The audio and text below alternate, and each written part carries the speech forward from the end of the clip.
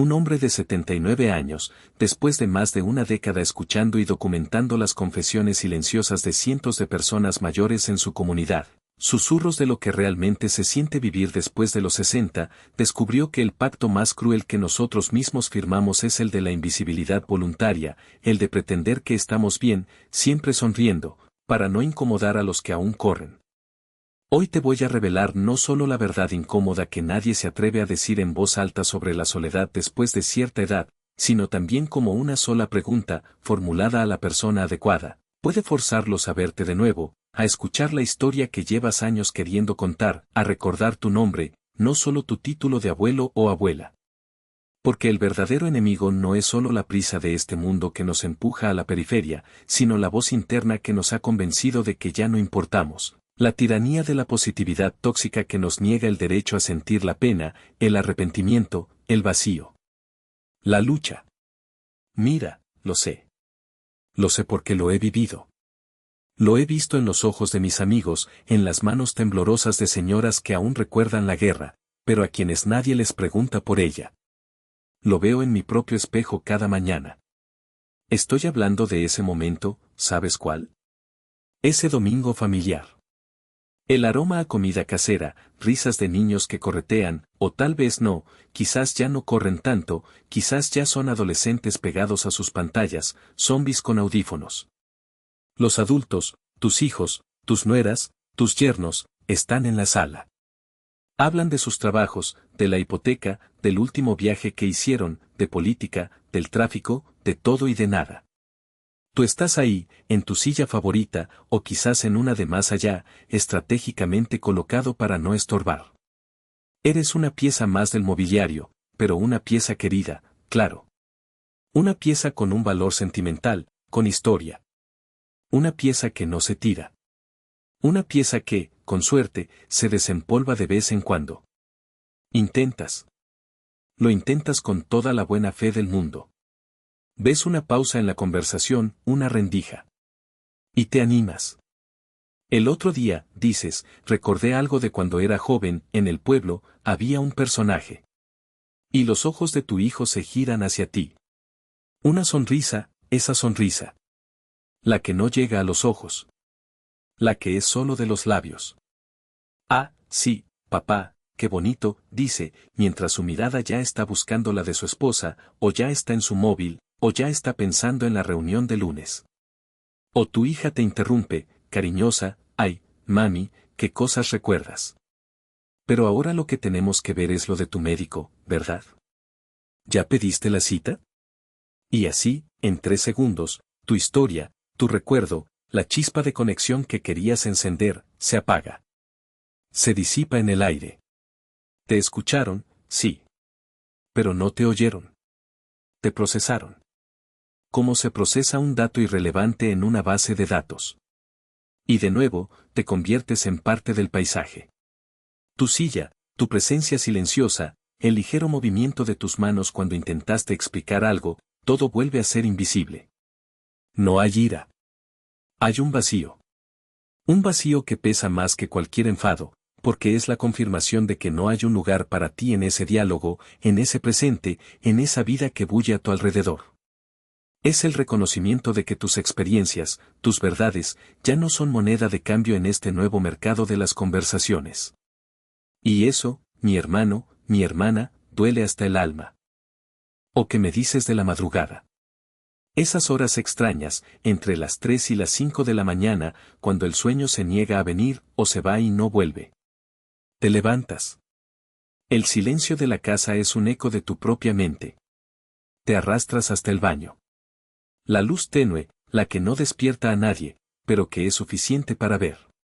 Y ahí está. La persona del espejo. Tu rostro. Familiar, sí. Pero también extrañamente ajeno. Esas arrugas que antes eran líneas de expresión ahora son ríos secos. La piel, más delgada, más pálida.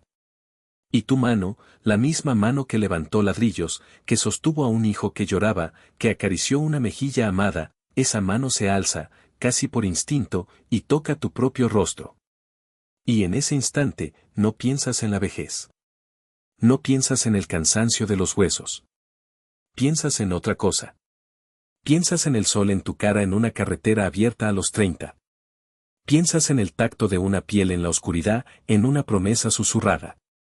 Piensas en la fuerza que tenías, en la risa sin preocupaciones, en el mundo que se abría ante ti. Y la pregunta que te asalta, con la furia silenciosa de una ola contra la roca, no es ¿quién soy ahora? No.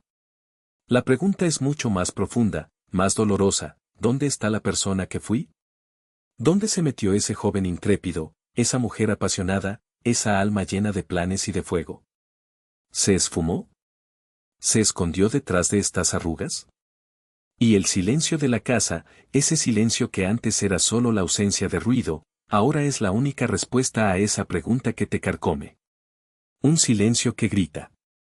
Y la humillación, hermanos míos, la humillación disfrazada de ayuda. ¿Cuántas veces? Vas al médico, a la consulta del especialista, o incluso a un banco, a cualquier oficina donde los jóvenes llevan las riendas. Y ahí está. La recepcionista, 20 o 30 años, con una educación universitaria, quizás, pero sin una pizca de empatía real. Te mira. Te mira no como a un ser humano con una vida compleja, sino como a un problema. Una cifra. Un caso. Y te habla. Lento. Demasiado lento. Con ese tono elevado, como si estuvieras sordo, o peor, como si tuvieras la mente apagada. A. LLE. Ga. Do. Su. CI. Ta.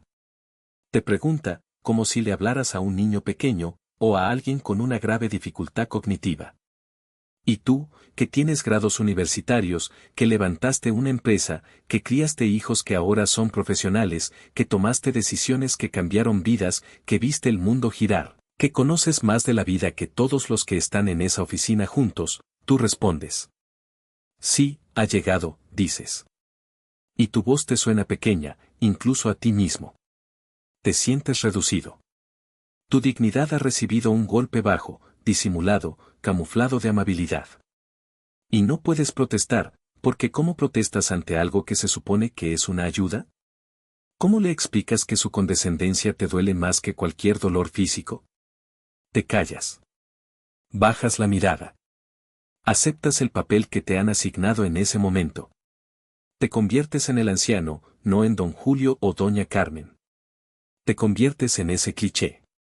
Y el veneno, la amargura, se queda ahí, en la boca del estómago, acompañándote el resto del día, de la semana. Sabes de lo que hablo, ¿verdad?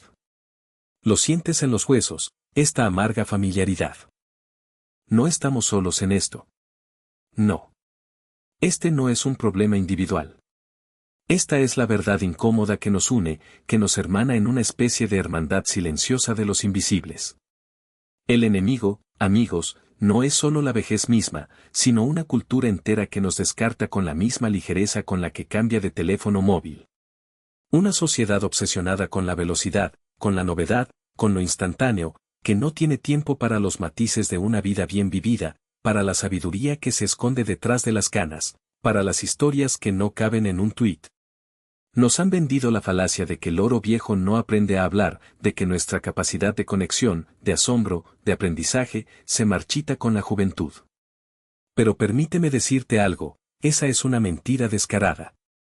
Hay estudios, y no hablo de teorías, sino de neurología, de psicología del envejecimiento, que demuestran que el cerebro de un octogenario, de un nonagenario, no solo anhela la novedad, sino que se revitaliza con ella. Que lo que realmente buscamos, lo que anhelamos en lo más profundo, no son pasatiempos infantiles ni distracciones vacías, sino la conexión profunda, el diálogo sincero, el propósito. Las entrevistas con centenarios alrededor del mundo revelan una verdad devastadora: el mayor lamento al final de la vida nunca es no haber ganado más dinero, ni haber tenido una casa más grande. No. El lamento es por el amor no expresado, por el viaje no tomado, por la aventura evitada, por la palabra que se quedó atragantada, por la vida que no se vivió plenamente, por el lo siento que nunca se dijo, por el te quiero que se cayó. Y esto, mira, esto es lo que nos duele. Es lo que nos roba el sueño. Pero seamos sinceros, la culpa no es solo de un mundo que nos empuja a la periferia. Una parte, la más difícil de aceptar, es nuestra. Es nuestra propia capitulación. Nos hemos creído el cuento. Nos hemos adaptado al papel. Nos hemos autoimpuesto la condena de ya no importo. Nos callamos. Aceptamos el silencio. Creemos el guión que nos han dado. Sonreímos en las reuniones familiares, asentimos cuando nos infantilizan, decimos estoy bien cuando el alma se nos cae a pedazos. Nos hemos vuelto cómplices de nuestra propia invisibilidad. No quiero ser una carga, nos decimos. Y esa frase, esa pequeña frase, es la cadena más pesada que nos ponemos. Pero, ¿y si te dijera que hay otra forma? Yo soy Vicente. Y no te hablo desde una torre de marfil, ni desde la comodidad de una academia. Te hablo desde la misma mesa donde tú desayunas cada día, con las mismas arrugas que tú te encuentras en el espejo, con la misma sensación de que el tiempo se acelera y los recuerdos se vuelven más reales que el presente. Lo viví en mi propia piel. El día que me vi a mí mismo, Vicente, de 79 años, diciendo no, ya no estoy para eso, déjalo, que eso es cosa de gente joven, y me di cuenta de que había firmado mi propia sentencia de muerte social. Que había internalizado esa condena de ser un objeto bonito en el fondo de la estantería. O cuando, hace unos años, escribí una carta. Una carta que nunca salió de mi cajón, ni lo hará, porque el destinatario ya no está aquí. Una carta a un amor de juventud, confesando lo que nunca me atreví a decir, los arrepentimientos que me carcomían, las palabras que se me quedaron clavadas en la garganta por más de 50 años. Y la simple acción de escribirla, de darle forma a esa verdad íntima, sin la intención de enviarla, me quitó un peso de encima que había llevado por más de medio siglo. Fue como si, de repente, la habitación se hubiera vuelto más ligera, como si pudiera respirar de nuevo, un aire que no sabía que me faltaba. Ese día entendí que el poder de nuestra verdad no reside en si alguien la escucha, sino en el simple acto de articularla, de darle existencia. Aprendí, no como un gurú, sino como un colega harto de los silencios impuestos, a romper esos protocolos. Aprendí a forzar una conversación diferente, a reclamar mi espacio no con gritos, sino con la autoridad silenciosa de la experiencia que se atreve a ser vulnerable. A hacer que mi memoria no fuera solo un eco nostálgico que me sumía en la melancolía, sino una fuerza viva que reclamara su lugar en el presente. Aprendí a ser un rompedor de protocolo silencioso, a abrir puertas que creía cerradas para siempre, no hacia afuera, sino hacia adentro. Y ese es el viaje que quiero que hagamos juntos. Porque, ¿sabes? Mañana te voy a revelar algo. Algo pequeño, sí, pero con una fuerza inmensa. Te voy a mostrar la clave, esa pequeña acción que puedes hacer, ese acto de rebeldía íntima, para que dejes de ser tratado como el abuelo o la abuela, y para que vuelvan a llamarte por tu nombre. Sí, por tu nombre. Por el nombre que te define como la persona única y compleja que eres. Te voy a enseñar la única pregunta que necesitas hacerte a ti mismo, o a tu hijo, o a tu nieto esta misma noche, para que no solo te escuchen por primera vez en años, sino que te vean, te reconozcan y entiendan que tu vida, con todas sus historias, con todos sus dolores y sus glorias, importa. Y que tú, Vicente, tú, María, tú, José, aún tienes algo que decir. Y lo vas a decir. Y para que eso ocurra, para que te vuelvan a ver y a llamar por tu nombre, primero tenemos que desmantelar la mentira, la gran mentira que se ha tejido a tu alrededor y que, sin darte cuenta, también has empezado a creer. Porque lo que sientes, esa soledad profunda, esa invisibilidad que duele, no es un fallo tuyo, no es el precio inevitable de cumplir años. No. Es el resultado predecible de un sistema, de una maquinaria social silenciosa diseñada meticulosamente para que, a partir de cierta edad, te desvanezcas en el paisaje sin hacer ruido. No es tu culpa.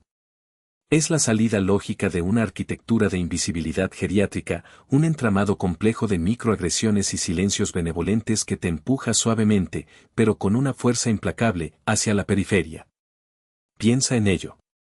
Es como un guión silencioso de redundancia social, que se ejecuta cada vez que tu hijo interrumpe tu historia con un comentario condescendiente sobre tu médico, o cuando esa recepcionista te habla despacio, como si el cerebro se te hubiera encogido con las canas. Cada uno de esos momentos es una de esas micro despedidas, una muerte por 1000 pequeños y gentiles cortes que, acumulados, te convencen de que, efectivamente, ya no importas. No es que la gente te odie. Es peor. Es que ni siquiera te ven. Es un sesgo implícito por la edad, un reflejo condicionado en una sociedad obsesionada con la juventud, la velocidad, la eficiencia. Es una lente con la que te miran, una que filtra tus experiencias, tu sabiduría, tu humanidad compleja, dejándote solo como una imagen borrosa de lo que debería ser un anciano. A esto yo le llamo el veneno del edadismo benevolente. No es un golpe. Es un abrazo que asfixia, un déjalo, yo lo hago por ti que te roba la autonomía, un que bien estás para tu edad que niega tu realidad. Detrás de estas acciones aparentemente amables, se esconde la verdadera amenaza, la negligencia emocional como una epidemia silenciosa. Es cuando tu mundo se reduce a funciones básicas, a que te cuiden, a que te alimenten, a que te lleven al médico, pero nadie te pregunta qué sientes, qué sueñas, que te quita el sueño más allá de las facturas. Es un gaslighting narrativo sistémico, donde la realidad de tu vida, la riqueza de tus recuerdos, la validez de tus emociones, es sutilmente reemplazada por una ficción cómoda para los demás, la del anciano feliz y tranquilo que no tiene preocupaciones, que no tiene voz. Y esta arquitectura de la invisibilidad tiene nombres, caras. Uno de ellos es la permisividad silenciosa del descuido familiar. No es que tu familia no te quiera. Te quieren. Pero están atrapados en el torbellino de sus propias vidas, sus propias hipotecas, sus propias ambiciones. Y la sociedad les ha enseñado que está bien, que es normal, relegarte a un papel secundario, a un asiento en la mesa que casi no estorba. Otro es la burocracia del desinterés educado. Es el sistema de salud, las oficinas gubernamentales, los bancos, donde la prisa y la falta de capacitación en empatía se combinan para reducirte a un número, a un trámite, a una molestia. Y el tercero es el mito del retirado pacífico. Esa idea de que, una vez que te jubilas, tu único deseo es cultivar geranios o mirar el mar, cuando en realidad, tu alma aún anhela propósito, conexión, la chispa de lo nuevo. Mira, lo sé. Conozco cada una de estas trampas porque he estado ahí, las he sentido en mis huesos, en mis noches en vela. Y lo primero que te diré es que la respuesta no es la que nos han vendido.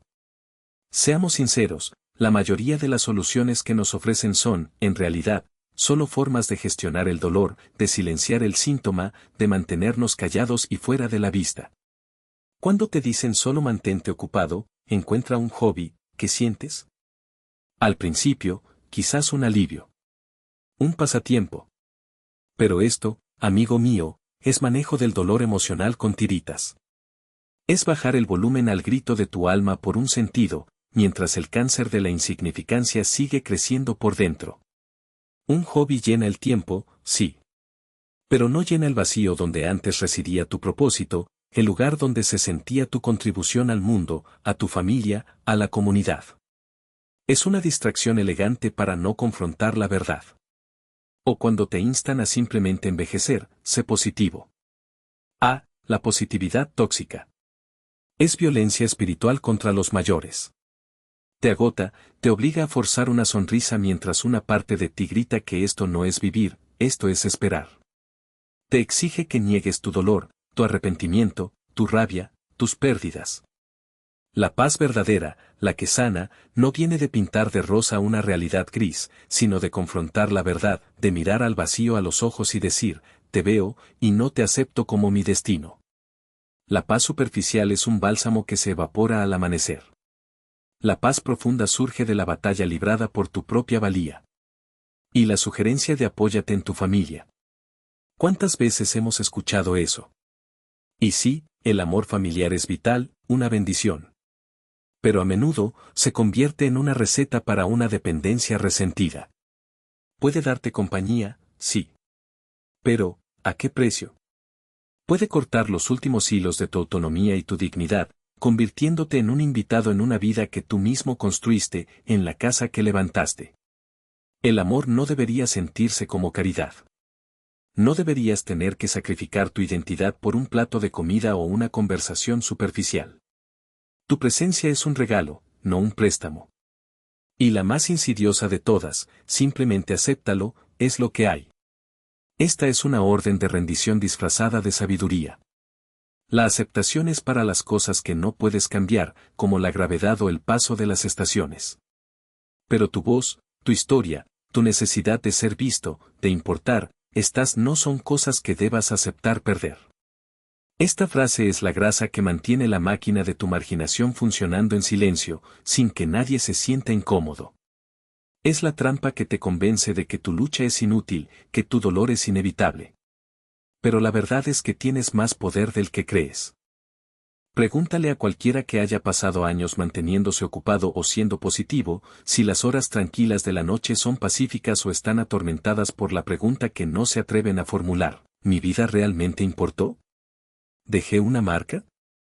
¿Fui algo más que un adorno en el estante de la vida de mis hijos? La respuesta, te lo garantizo, rara vez es de paz. Es de anhelo. De la amarga verdad de que la conexión superficial no sacia la sed del alma. Pero mi amigo, mi amiga, este no es un mensaje para hundirte en la desesperación. Es para liberarte. Porque una vez que entiendes la estructura, una vez que ves los hilos que mueven este títere de la invisibilidad, puedes empezar a cortarlos. Y te diré cómo llegué a este entendimiento, no de una revelación divina, sino del trabajo duro y a menudo silenciado de mentes brillantes.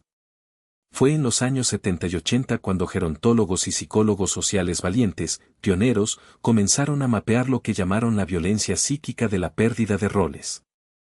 No solo hablaban de perder tu trabajo, tu título, tu identidad de proveedor o de padre en activo, sino de cómo la sociedad te despojaba sistemáticamente de esos pilares de tu yo. Este trabajo, vital, fue ignorado en gran medida por una cultura que ya entonces gritaba la falacia de la juventud eterna, negando la realidad del envejecimiento. Se documentó como la pérdida de estos roles, sin una sustitución significativa o un reconocimiento social, dejaba un vacío existencial devastador. Al mismo tiempo, surgieron estudios longitudinales que fueron suprimidos o, al menos, pasados por alto en los círculos mainstream, que exploraban el sufrimiento biográfico. Estas investigaciones mostraban el peaje físico y mental devastador de que tu narrativa de vida, tu historia, tus logros y tus fracasos fueran considerados irrelevantes. Descubrieron que cuando una persona siente que su historia ya no tiene lugar en el presente, su salud se resiente, su mente se nubla, su espíritu se apaga. No es una cuestión de memoria, es una cuestión de significado. Y lo más revelador, la sabiduría ancestral. Investigadores de la antropología cultural y la sociología comparada, a menudo desestimados por el fervor modernista, estudiaron las antiguas estrategias de integración de los ancianos y transmisión de la sabiduría en sociedades tradicionales. Estas culturas entendían algo fundamental que nosotros hemos olvidado, que una comunidad que silencia a sus ancianos es una comunidad que ha cortado sus propias raíces, una que se ha negado a sí misma el mapa de su pasado y, por lo tanto, está destinada a marchitarse en la ignorancia de su propio futuro. En estas sociedades, el anciano no solo era respetado, sino activamente consultado, su memoria era el archivo viviente de la tribu, su experiencia, la guía. De toda esta compleja red de información, de mi propia experiencia y de las confesiones silenciosas de cientos de invisibles, destilé una estrategia, una forma de contraatacar, de reclamar lo que nos ha sido negado. A esta comprensión, a esta forma de recuperar tu lugar, la llamo el protocolo de reclamación narrativa. ¿Cómo funciona? Es simple, pero increíblemente potente. Te enseña a ver los cables sociales invisibles que te empujaron a los márgenes, a reconocer las trampas del edadismo benevolente antes de que te atrapen. Este protocolo desactiva la trampa internalizada del mi tiempo ha terminado antes de que se cierre sobre tus años restantes, antes de que te convenzas de que ya no tienes nada que ofrecer. Transforma ese sentimiento de ser olvidado no en amargura, sino en una página legible del manual de la sociedad sobre cómo desechar a las personas. Y una vez que conoces las reglas del juego, puedes empezar a jugarlo de otra manera. Puedes reescribir tu propia parte. Ahora, imagina esto. Piensa en el poder que esto te devolverá. Te voy a pintar 3 escenas, no como sueños imposibles, sino como momentos tangibles que te esperan, que puedes crear. Primero, imagina que un domingo, en la comida familiar, estás con tu nieto, ese adolescente pegado a la pantalla. Y en lugar de contarle la misma anécdota segura y pulcra de tu juventud que ya ha escuchado 1000 veces, le miras a los ojos y compartes una historia real, una historia que nunca te atreviste a contar. Una historia de un fracaso rotundo, de un miedo paralizante, de una alegría imprudente y desmedida que viviste a su edad. Y en ese momento, observas cómo sus ojos se abren, se despegan de la pantalla, se llenan de una curiosidad genuina. Te ve. Te ve como la persona real, compleja, imperfecta y vibrante que fuiste, no como el personaje de abuelo o abuela que la sociedad le ha asignado para ti. Ha conocido a tu verdadero yo, no a la versión edulcorada que creías que debía presentar. Esa es la reclamación de tu narrativa de vida. Segundo, visualiza un día cualquiera. Te despiertas. En lugar de seguir el guión vacío del día, esa rutina silenciosa que te sume en la melancolía, realizas un acto deliberado de presencia no complaciente. Coges el teléfono y llamas a alguien, a tu hijo, a una amiga, a tu vecina. Y en lugar de decir estoy bien cuando no lo estás, cuando por dentro hay un ruido que te consume, dices, necesito contarte algo que nunca he dicho antes. Compartes una verdad íntima, una inquietud, un remordimiento, una alegría olvidada. No esperas una solución, solo ser escuchado. Y sientes como el peso se aligera. No buscabas compasión, buscabas conexión. Y esa es la forma de romper el ciclo del sufrimiento silencioso para ti mismo. Y tercero, y quizás lo más importante. Mírate al espejo. Ya no ves a una persona que se desvanece, sino a un archivo viviente, a un especialista en un siglo que ayudaste a moldear, a construir. Tus arrugas no son solo signos de la edad, son la topografía de un mapa que otros necesitan desesperadamente para navegar su propio futuro. Tu voz ya no suena pequeña, sino que resuena con la autoridad inquebrantable de quien ha vivido, ha amado, ha perdido y ha aprendido. Has transformado tu soledad, tu invisibilidad, en una autoridad inquebrantable sobre tu propia existencia. Recuperas la soberanía sobre tu propia historia y sobre el tiempo que te queda. Comprendes que tu valor no disminuye con los años, sino que se condensa, se hace más denso, más precioso. Y que esa es una verdad que tienes el derecho, y la responsabilidad, de compartir. Este conocimiento, el de la arquitectura oculta de la invisibilidad y las herramientas para desmantelarla, es peligroso. Es peligroso para el statu quo de la negligencia cómoda. Es disruptivo para aquellos que prefieren que sigas siendo una figura borrosa en el fondo, silenciosa, sonriente, sin dar problemas. No es para todos. Es solo para aquellos que están cansados de ser invisibles, para aquellos que sienten la urgencia de reclamar su existencia antes de que sea demasiado tarde. Cuando llegue tu momento y llegará para todos, la diferencia no estará en los años que viviste, sino en la propiedad que reclamaste sobre la historia de esos años en el capítulo final. Será la diferencia entre ser un eco desvanecido o una voz que resonará mucho después de que te hayas ido. Porque no es la vejez lo que te roba tu valor, es el silencio. Y yo estoy aquí para ayudarte a encontrar tu voz, de nuevo. Ahora, para aquellos que aún están aquí, que sienten este fuego encenderse en su interior, que están listos para la batalla por su propia existencia, voy a revelarte el primer paso práctico para desarmar la trampa de la invisibilidad. Una acción sencilla, pero con la fuerza de un terremoto en tu vida. Ahora, con esta comprensión de la arquitectura psicológica que nos envuelve, ¿cómo se disuelve ese muro invisible? ¿Cómo se recupera la voz cuando el eco del silencio ha resonado durante décadas? La respuesta no reside en un acto de heroísmo épico, sino en una serie de acciones quirúrgicas, precisas y profundamente personales, que desmantelan la maquinaria de la invisibilidad pieza por pieza. Aquí está la primera clave para desarmar el desprecio y la anulación social, el ejercicio de recuperación narrativa. Este no es un consejo banal, es el primer paso de un protocolo de liberación, tan simple como revolucionario, tan accesible como irrefutable. Durante una semana, quiero que lleves contigo un pequeño cuaderno, un arma silenciosa en la batalla por tu propia existencia. Cada vez que sientas esa contracción familiar, esa sensación de encogimiento interior, la historia interrumpida, el tono condescendiente que te reduce, la conversación que se desliza por encima de ti como si no estuvieras allí, no lo tragues. No lo internalices como una confirmación más de tu supuesta irrelevancia. Documenta ese momento con una sola frase, concisa y forense: hoy, a las, hora, en, contexto, persona/acción, utilizó, táctica específica, por ejemplo, infantilización, omisión, desvío de tema, para imponer, rol esperado, silencio, sumisión, ausencia. Esto no es escribir un diario de tu tristeza o frustración, es hacer sociología forense de tu propia vida. Estás transformando una herida emocional difusa en datos categorizados, moviéndola del corazón a la mente analítica. Dejas de ser un blanco de la anulación para convertirte en el investigador principal de tu propia visibilidad. Piensa en esto: cuando un evento nos hiere, la emoción inunda nuestra mente y nubla el juicio. Nos sentimos pequeños, insignificantes, y esa sensación se adhiere a nuestra identidad. Pero al categorizar el incidente, al etiquetarlo con precisión: infantilización, omisión intencionada, desvío de tema, lo despersonalizas. Lo conviertes de un ataque personal a un patrón de comportamiento social que has identificado. Esta es la diferencia entre ser una víctima pasiva y ser un científico activo.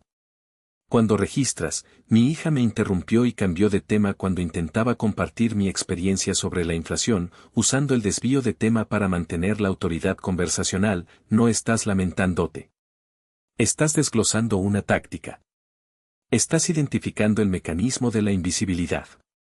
Y una vez que conoces el mecanismo, ya no eres rehén de él. Puedes predecirlo. Puedes observarlo. Y lo más importante, puedes empezar a desmantelarlo. Este ejercicio es la semilla de tu soberanía narrativa. Es gratuito, no requiere aprobación de nadie, y su poder es puramente intelectual. Te devuelve el control sobre tu percepción y, con ello, el primer escalón hacia el control de tu propia narrativa. La invisibilidad prospera en lo difuso, en lo no dicho, en lo asumido.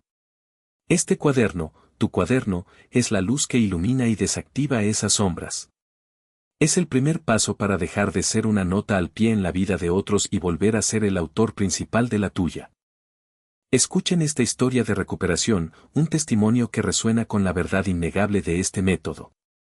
Una mujer, con más de 7 décadas de vida a sus espaldas, me confió cómo este método transformó años de sus opiniones siendo recibidas con un sí, cariño o un está bien, abuela por parte de su propia familia. Me dijo: el tercer domingo, mi hijo estaba discutiendo una noticia del periódico y me interrumpió abruptamente. Yo, de antes habría sonreído débilmente, tragando la amargura, y se habría desvanecido en el sillón, aceptando mi papel de oyente pasiva. Pero ese día fue diferente. Porque estaba haciendo mi auditoría personal, mi mente, en lugar de sentir el dolor del rechazo, disparó una alerta: desvío de tema para mantener la autoridad conversacional.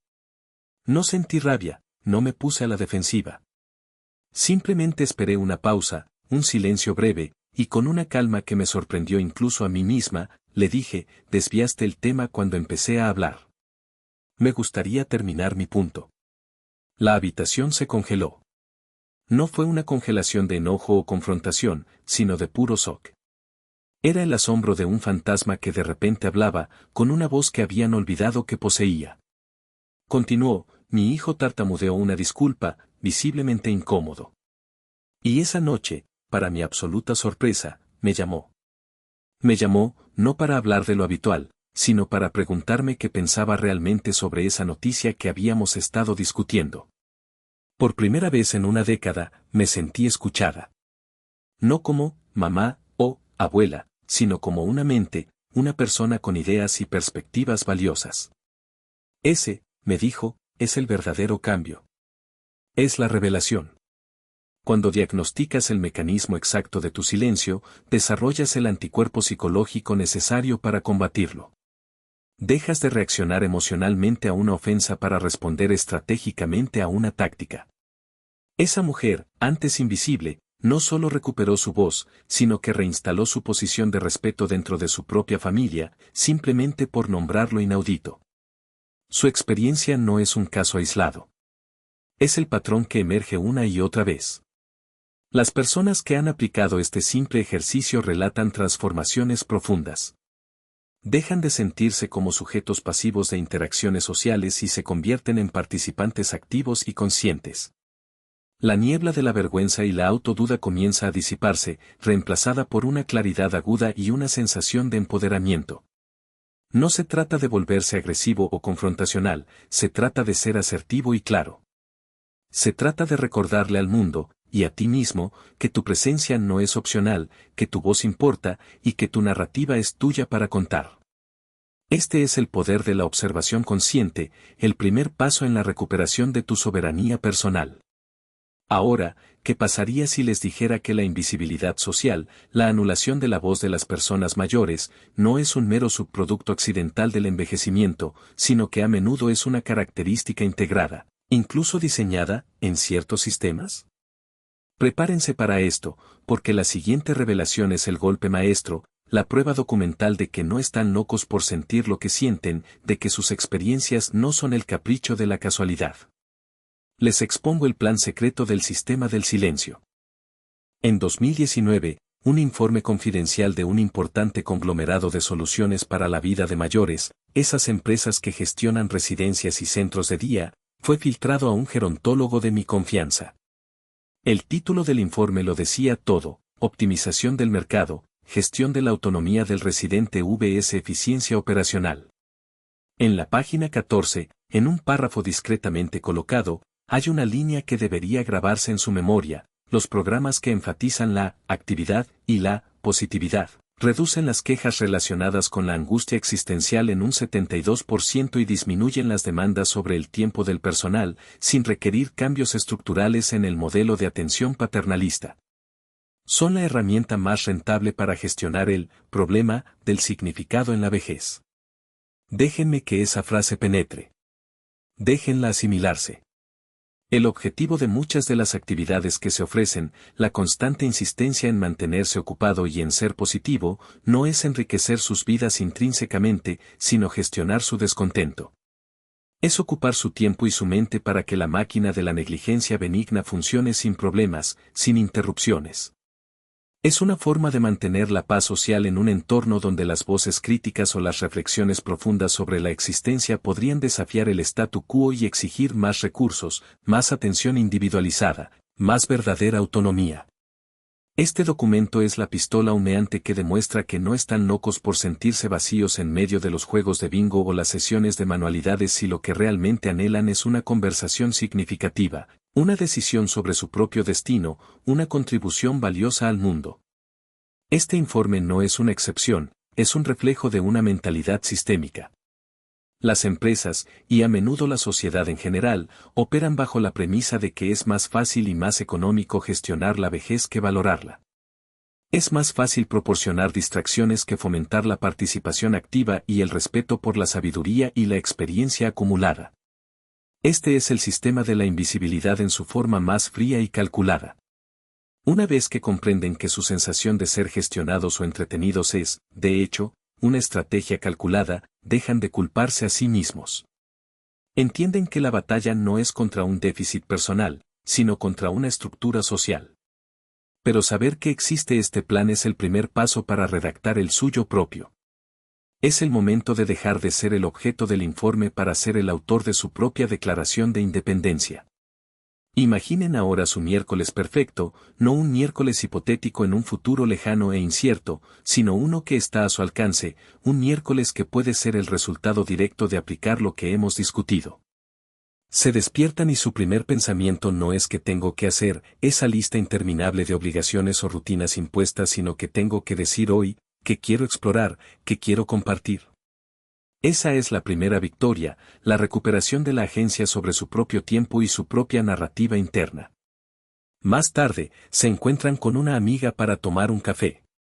Ella comienza a contarle sobre el partido de fútbol de su nieto, un tema inocente, pero un tema recurrente. Sin embargo, en lugar de continuar sin pausa, ella se detiene a mitad de la frase, hace una pausa genuina, y les pregunta: «Pero, ¿qué piensas tú de todo esto? ¿Qué has estado haciendo? ¿Qué hay en tu mente?». Esa pregunta, la pregunta que reconoce su individualidad, su mente activa, es el eco de su propia recuperación narrativa. Luego, en la consulta del médico, la enfermera empieza a hablarles con ese tono lento y exageradamente alto, como si estuvieran en una obra de teatro para sordos, una táctica común de infantilización. Pero ustedes, con una nueva paz interior, no se irritan. Con una suavidad que desarma, interrumpen gentilmente, le oigo perfectamente a un volumen normal, por favor, continúe así. El ajuste es instantáneo, respetuoso. No hay hostilidad, solo una corrección clara y un recordatorio tácito de su plena capacidad. La dignidad no se exige con enojo, se asume con una convicción tranquila. Llegan a casa. Su hija los llama, apresurándose a través de una charla superficial, preguntando sobre el día sin realmente esperar una respuesta profunda. Pero en lugar de responder con el viejo estoy bien o nada nuevo, ustedes eligen otra respuesta. Con una sonrisa en su voz, dicen, déjame contarte algo que descubrí hoy. Y ella escucha. Escucha porque no es una queja, no es una divagación. Es una declaración de intención, una invitación a su mundo interior que ha estado cerrado por tanto tiempo. Cuelgan el teléfono, no con la vieja sensación de vacío o de una conversación superficial, sino con una sensación de plenitud, de conexión auténtica. Miras la silla junto a la ventana, tu lugar favorito. Ya no es solo un lugar para ver el mundo pasar, un puesto de observación pasivo. Es tu puesto de mando, tu trono. Desde allí, no solo observas, sino que reflexiones, planeas, escribes mentalmente tu próxima intervención, tu próxima historia, tu próxima pregunta. Este es el día de una persona soberana. Esta es la vida que emerge cuando dejas de interpretar el papel que otros escribieron para ti y empiezas a escribir tus propias líneas, con cada palabra y cada silencio bajo tu propio control. Es un día lleno de paz, no de amargura. De conexión real, no de aislamiento impuesto. De autonomía, no de paternalismo. Así que ahora tienen la primera llave. Han escuchado la prueba irrefutable de vidas rescatadas del silencio, transformadas por la simple acción de documentar la invisibilidad. Han visto el memorándum corporativo que admite fríamente que la pasividad es a menudo el producto intencionado, no un desafortunado efecto secundario. Pueden visualizar la vida soberana que es su derecho de nacimiento, la vida donde su voz es escuchada y su presencia es innegable. Todo esto significa que están listos. Listos para la arquitectura completa. El sistema paso a paso para no solo notar el próximo acto de desprecio o anulación, sino para desmantelar su poder de borrar su pasado, silenciar su presente o dictar su futuro. Quédense aquí, conmigo. Porque la conciencia sin acción es solo una forma más precisa de sufrimiento. ¿Y ustedes? Ustedes tienen demasiado que decir, demasiado que vivir, demasiado que ofrecer, como para conformarse con eso. La verdadera liberación está a un paso. Entonces, ha llegado el momento de desvelar el plan de acción, un protocolo de liberación integral diseñado no solo para comprender la dinámica del desprecio social, sino para desarmarla activamente y restablecer la soberanía de tu existencia. Este no es un mero ejercicio teórico, es una hoja de ruta práctica, una guía paso a paso para la autonomía en tus capítulos vitales más importantes. Sabemos que la vida ha enseñado la importancia de la acción deliberada, y este protocolo está arraigado en esa misma sabiduría. No se trata de generar un ruido innecesario, sino de restablecer una presencia innegable, construida desde la calma, la conciencia y la verdad de quién eres. El camino que proponemos es una coreografía de 3 pasos, cada uno diseñado para ser psicológicamente sofisticado en su impacto, pero físicamente accesible y simple en su ejecución, reconociendo y respetando cualquier limitación que la vida haya podido imponer. Estos pasos están meticulosamente diseñados para que recuperes tu agencia, para que tu voz sea escuchada y tu presencia sentida, no como un eco del pasado, sino como una vibración plena del presente. El primer paso es la auditoría diaria de soberanía. Durante los próximos 7 días, te invito a implementar el ejercicio de nombramiento que hemos explorado, pero con una mejora crucial, una actualización que eleva su poder transformador. Ya no te limitarás a notar la desestimación, ahora, la categorizarás, profundizando en su carga emocional específica. Cuando sientas que tu narrativa es minimizada, que tu experiencia es ignorada, o que tu sabiduría es pasada por alto, detente un instante y pregúntate, ¿qué tipo de golpe ha sido este? ¿Es una herida de irrelevancia, esa sensación punzante de ser completamente ignorado u omitido en la conversación? ¿Es un aguijón de condescendencia, cuando alguien te habla con un tono paternalista, como si tu comprensión o tu capacidad estuvieran por debajo de lo que son? ¿O es una dolencia de la memoria silenciada, esa sensación de que tu historia, tu recuerdo, tus vivencias, son interrumpidas, cortadas o desechadas antes de que puedas terminar de compartirlas? Este primer nivel de categorización es vital porque transforma una nebulosa sensación de malestar en un dato concreto, un punto en tu mapa emocional. Y aquí viene la segunda parte de la auditoría: al final de cada día, o tan pronto como el incidente ocurra, asignarás a cada uno de estos encuentros o sensaciones una puntuación del 1 al 5. El 1 indicará un leve parpadeo en tu luz interior, una molestia menor, mientras que el 5 representará un apagón casi total, un momento en el que sentiste que tu esencia se desvanecía por completo. Esta puntuación no es un ejercicio de autocompasión o de regodeo en el dolor. Es, por el contrario, un acto de profunda autoobservación y empoderamiento. Estás convirtiendo tu experiencia interna, a menudo difusa y abrumadora, en un mapa legible. Eres el cartógrafo de tu propio paisaje emocional, y un mapa, como bien sabes, te otorga un poder inmenso sobre el territorio. Te permite identificar patrones, reconocer puntos calientes y comprender dónde necesitas concentrar tu energía de sanación y reafirmación. Este es el primer paso para desmantelar la invisibilidad, verla claramente, nombrarla con precisión y cuantificar su impacto, para que deje de ser un fantasma y se convierta en una entidad que puedes abordar. Estás tomando las riendas de tu percepción, negándote a que el mundo exterior defina tu valía o la intensidad de tu brillo. La justificación psicológica para este primer paso, la auditoría diaria de soberanía, es profunda y múltiple, anclada en la necesidad intrínseca de autonomía y legado que tanto valoramos en esta etapa de la vida. Al implementar este protocolo, no solo estás nombrando la experiencia, estás restaurando tu control cognitivo. Estás transformando esa vaga niebla de sentirse mal, de sentirse pequeño o de sentirse ignorado, en datos específicos y manejables. Este acto de identificación y cuantificación es una poderosa defensa contra la impotencia. La pasividad ante la desestimación se alimenta de la falta de claridad.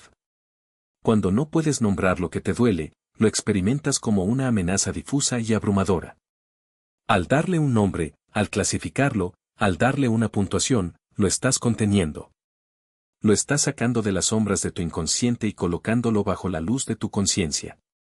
Este proceso refuerza tu sentido de autonomía, recordándote que eres el observador, el analista y el maestro de tu experiencia interna, no una mera víctima de ella.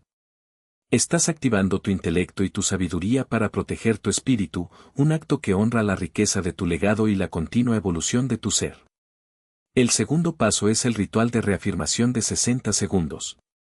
Una vez que hayas nombrado y calificado el incidente de desestimación, te invito a realizar un breve ritual mental que toma menos de un minuto de tu tiempo.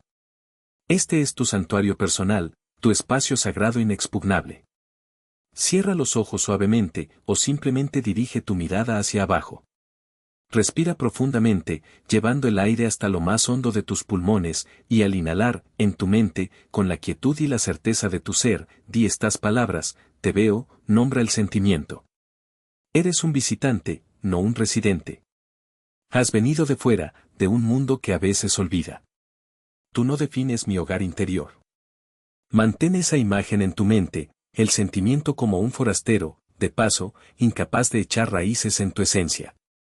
Luego, exhala lentamente, imaginando cómo ese sentimiento se disuelve, se aleja de tu cuerpo, se libera en el aire, sin dejar rastro de su paso.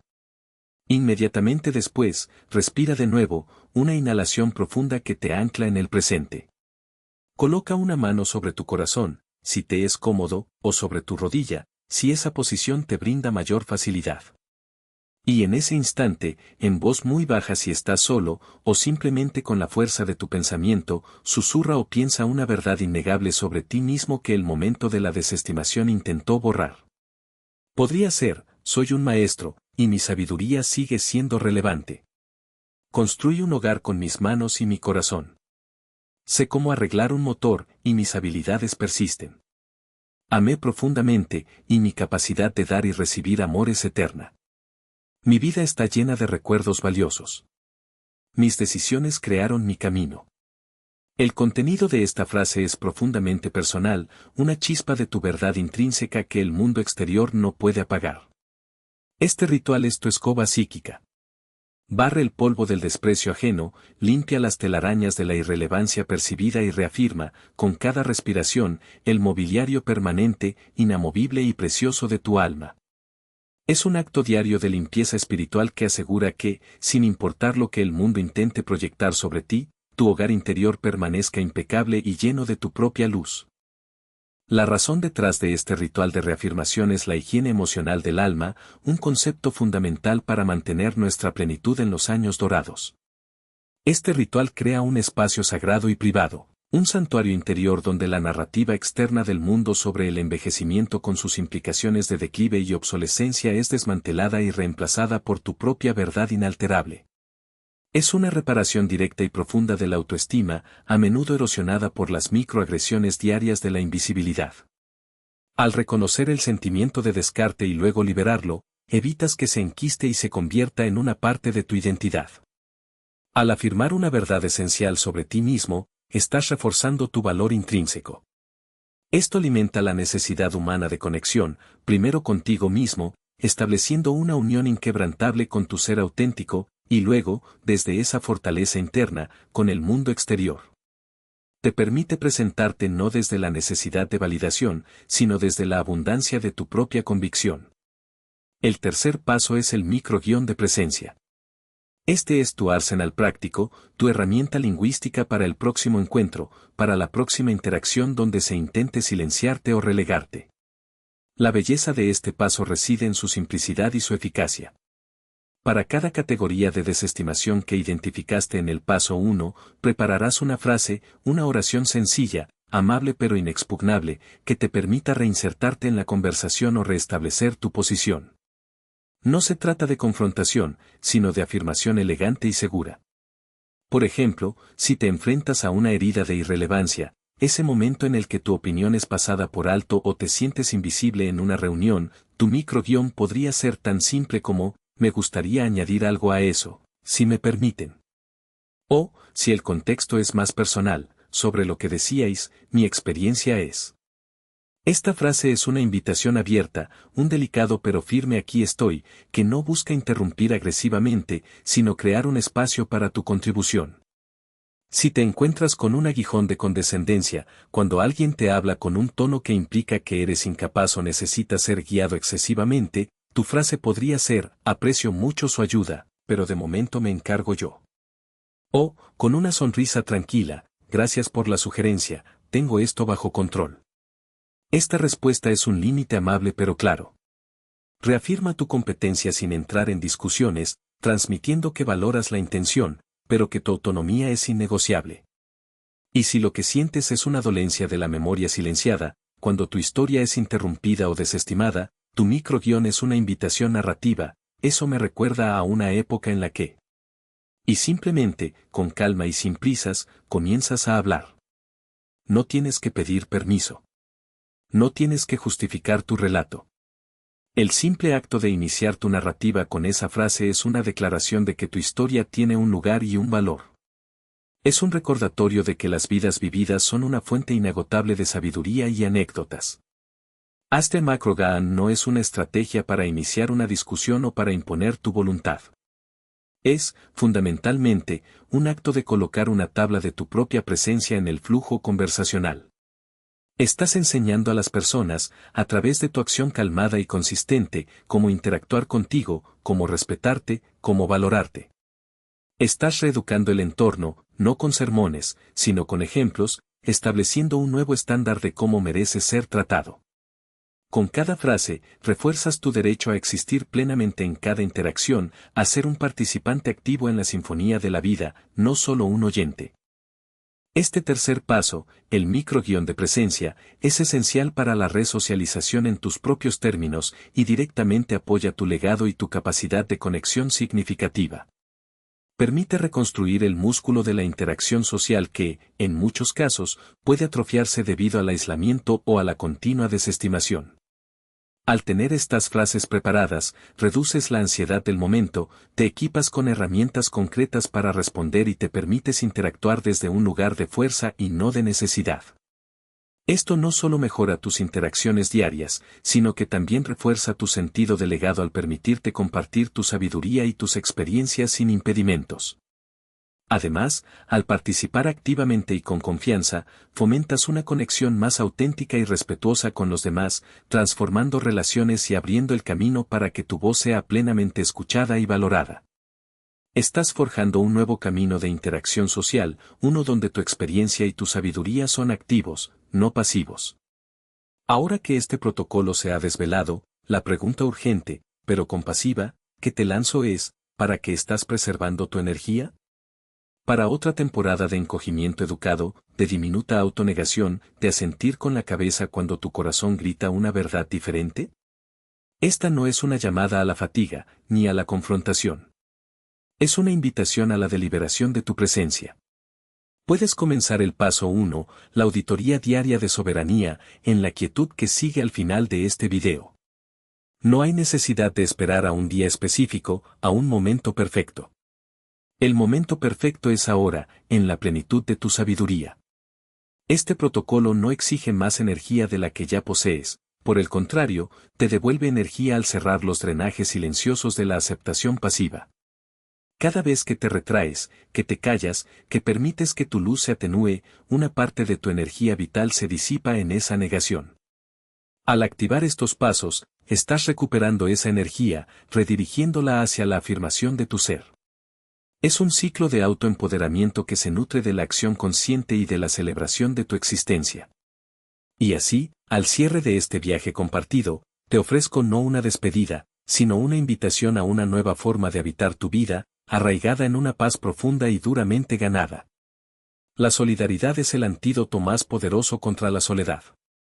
Si este mensaje ha resonado contigo, si ha encendido una chispa de reconocimiento en tu interior, te ruego que lo compartas con una persona, un amigo del barrio de toda la vida, alguien que conoces en el centro comunitario, un compañero de un grupo de lectura, o incluso un miembro de tu familia que, quizás sin saberlo, también se siente un poco más pequeño de lo que es.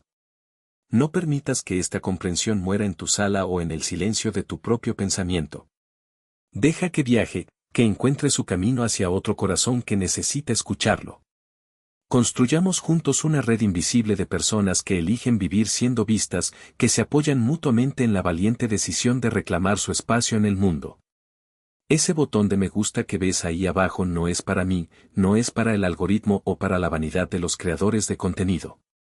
Es tu bandera digital en el terreno. Es una declaración silenciosa pero poderosa que dice, estuve aquí. Estoy aquí. Mi atención importa. Mi vida importa. Mis historias importan.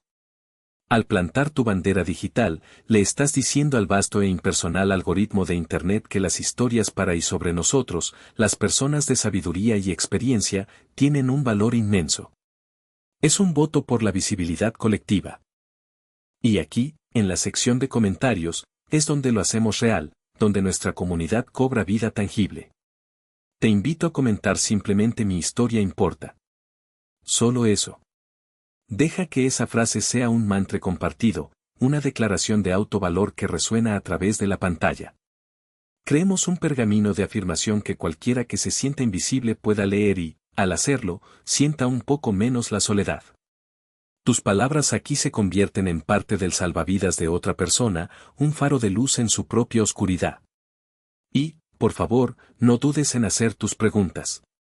Este es nuestro espacio de conversación ahora, un diálogo en curso. Finalmente, guarda este video. Márcalo. Es tu guía de campo personal para seguir siendo una persona completa, un ser humano vibrante en un mundo que a veces intenta convertirte en un concepto, en una categoría. Cuando el silencio de la invisibilidad se sienta demasiado ensordecedor, cuando la niebla del ya no importa comience a envolverte, vuelve a este video. Repite el paso 2. Deja que mi voz, y la sabiduría de este protocolo, te recuerden la fuerza y la belleza de la tuya propia. La elección final, al final de todo, no es entre la actividad frenética y la pasividad resignada. Es una elección mucho más profunda y significativa, es entre la curación consciente de tu legado y el abandono de tu propia narrativa. Tú eres el curador de tu última gran exposición, la exposición de tu propia vida. ¿Permitirás que otros escriban los carteles que te explican, que dicten el significado de tu existencia, que definan tus logros y tus amores? ¿O tomarás la pluma en tu propia mano y escribirás esas verdades, esas leyendas, esas memorias, con la autoridad y la gracia que solo tú posees? Este protocolo es tu pluma. Has vivido demasiado, has amado con demasiada intensidad, has sobrevivido a demasiadas pruebas para convertirte en un fantasma en tu propia vida, para desaparecer antes de que tu espíritu decida su propio final. Toma la pluma. Escribe una frase verdadera hoy. Luego, escribe otra mañana. Así es como reclamamos no solo nuestras historias, sino nuestras almas mismas, el propósito inmutable de nuestra existencia. Ahora, ve y sé, gloriosa e impenitentemente, aquí.